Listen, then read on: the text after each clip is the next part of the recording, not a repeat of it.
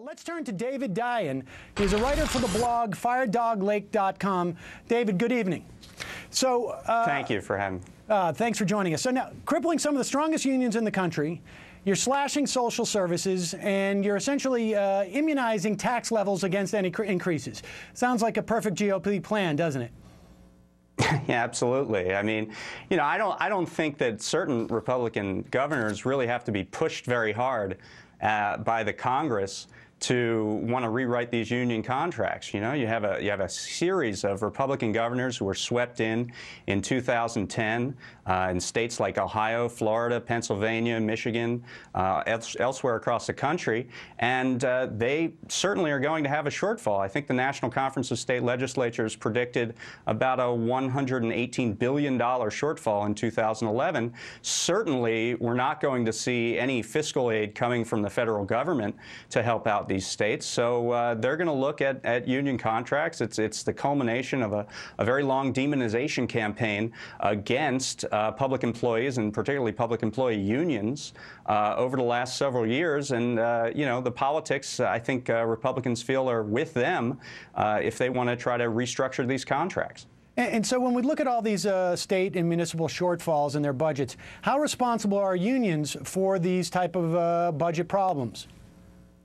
Well, I mean, you know, it's hard to say. The biggest driver of state budget shortfalls, without question, is the Great Recession and the declining tax revenues that come from massive unemployment. So if you want to blame state workers who are doing their job for the fact that there's 12, 13% unemployment in some states, I don't know how far that gets you. I mean, it's the same thing with, you know, pension funds, which have been, you know, seen their portfolios go down because the stock market crashed in 2008.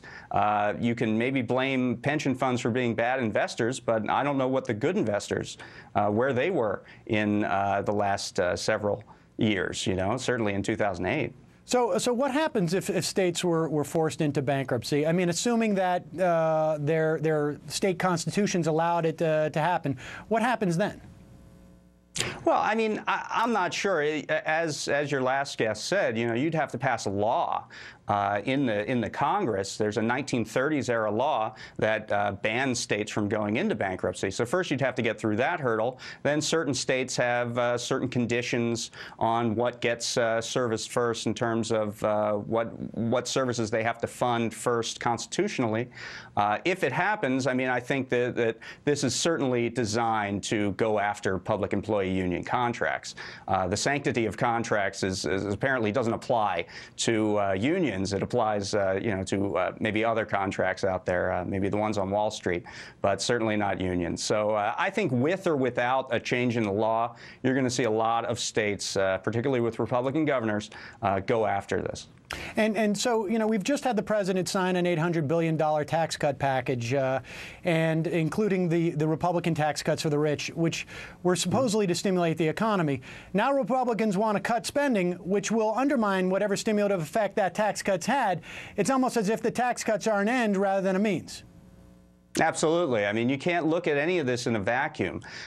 We only have a continuing resolution to fund the government until March 4th.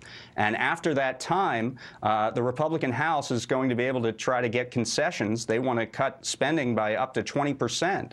And, you know, whatever stimulative properties were in the tax cut deal are going to be canceled out, one, by the state budget shortfall, and two, by whatever spending concessions that you're going to end up getting when the Republican House and the president come into a confrontation. So, you know, you had to weigh that in analyzing whether you thought the law, the tax cut deal, was a good deal or not. Right, and I guess we're going to have to wait and see just how strongly President Obama will stand up to these cuts. Absolutely. I mean, he could say right now that he's not going to sign anything that undermines the economy. It's really up to him. And certainly major spending cuts at a time when investment is on the sidelines and exports, we're in a trade imbalance. You know, government spending is where this recovery has to be driven through. And certainly those spending cuts would undermine a very fragile recovery. And so it's really up to him at this point how he's going to fight on this.